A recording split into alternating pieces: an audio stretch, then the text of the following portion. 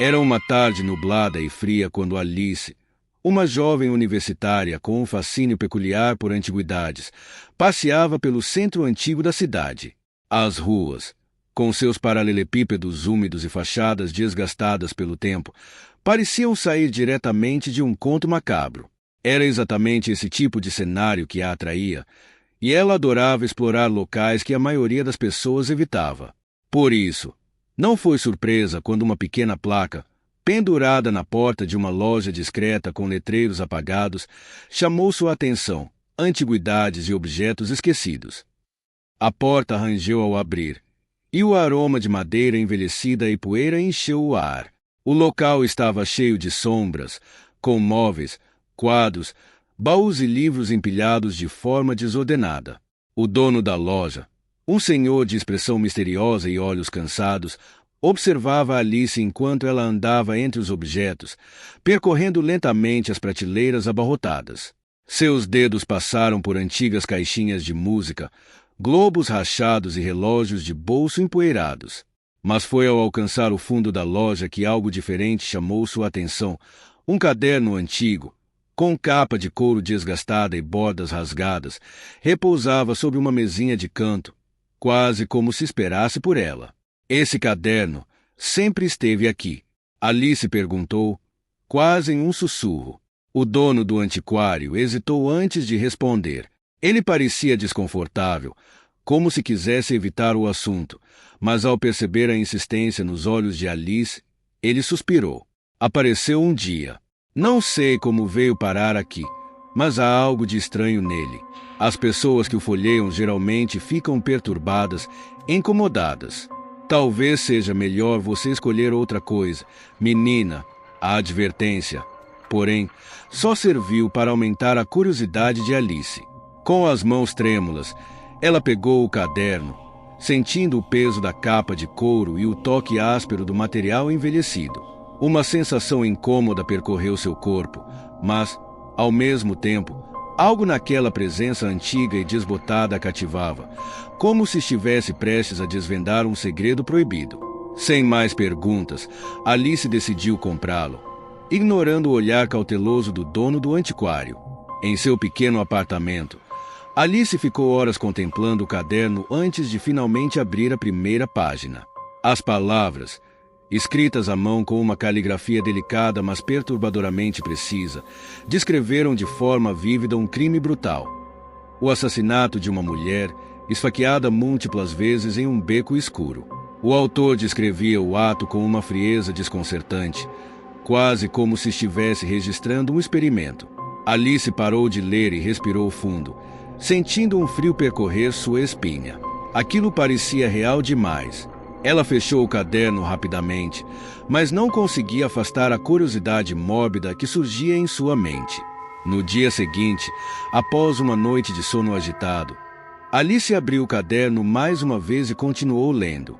Cada página era um novo relato detalhado de assassinatos, cada um mais violento que o anterior, com descrições dos locais e das vítimas que pareciam vívidas demais para serem apenas ficção. Intrigada e perturbada, Alice começa a pesquisar os casos relatados no caderno. Uma rápida busca na internet revela que alguns assassinatos realmente aconteceram na cidade, correspondendo exatamente aos locais e às descrições das vítimas que ela lera. Ela se lembra das palavras do dono do antiquário e sente um frio súbito no estômago, mas agora era tarde demais. Sua curiosidade se transformou em uma necessidade de descobrir a verdade por trás daquele caderno. Nos dias seguintes, Alice passou horas estudando o caderno e pesquisando na internet. Quanto mais ela investigava, mais ficava evidente que aquilo não era uma ficção qualquer.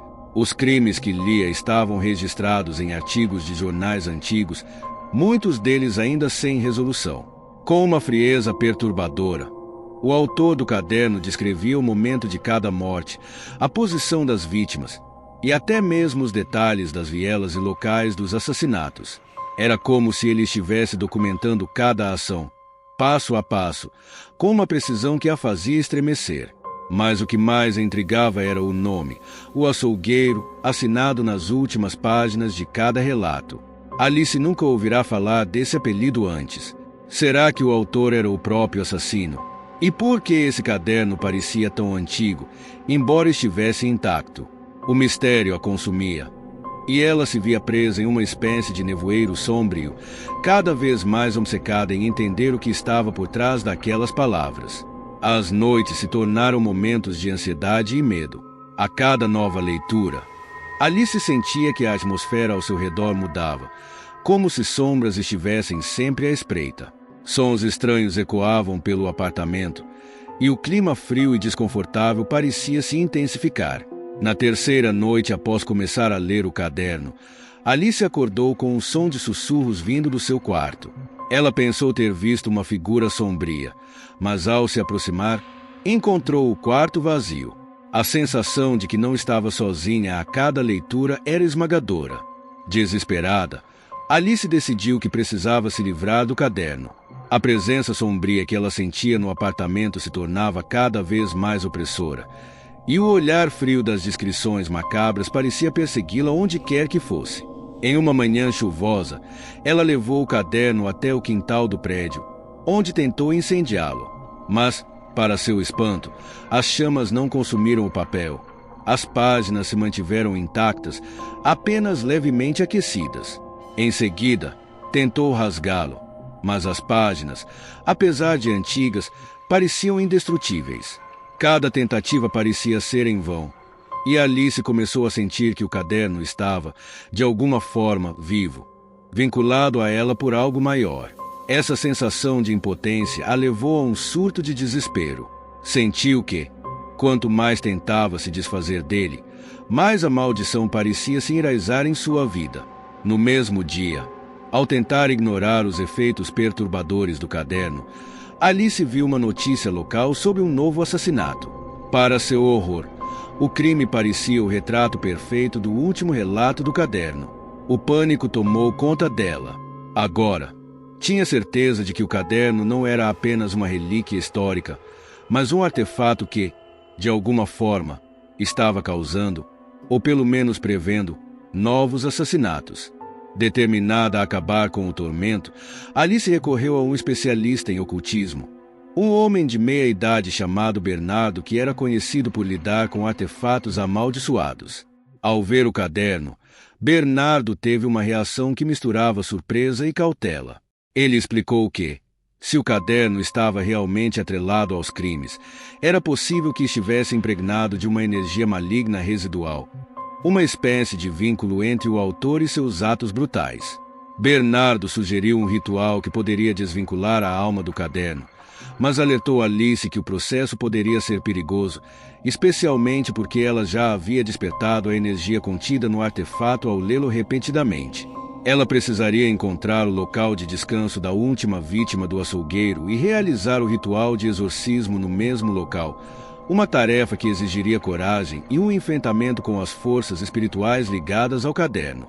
A ideia a aterrorizava, mas Alice sabia que não poderia continuar vivendo daquela forma.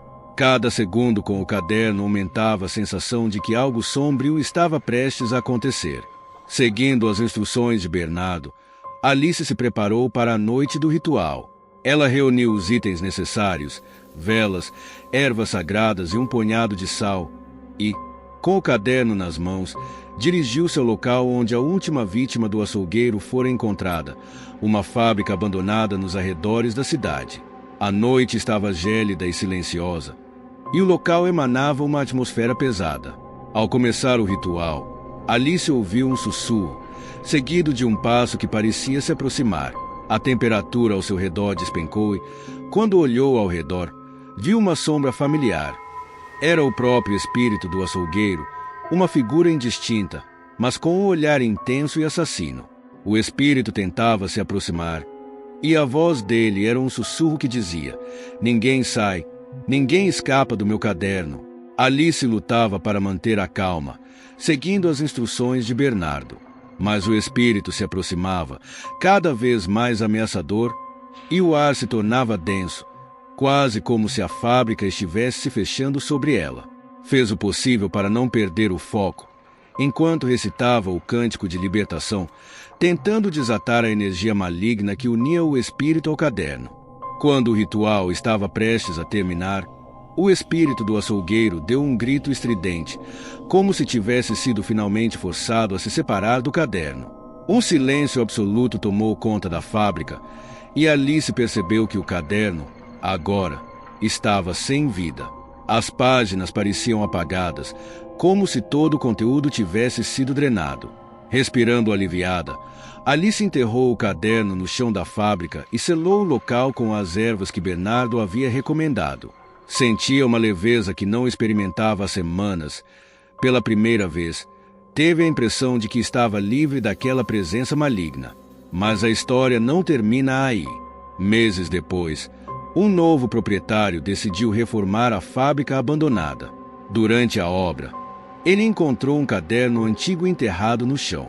Ao folhear as páginas, percebeu que elas estavam vazias, até que uma caligrafia macabra começou a se formar em uma das folhas. O açougueiro sempre volta.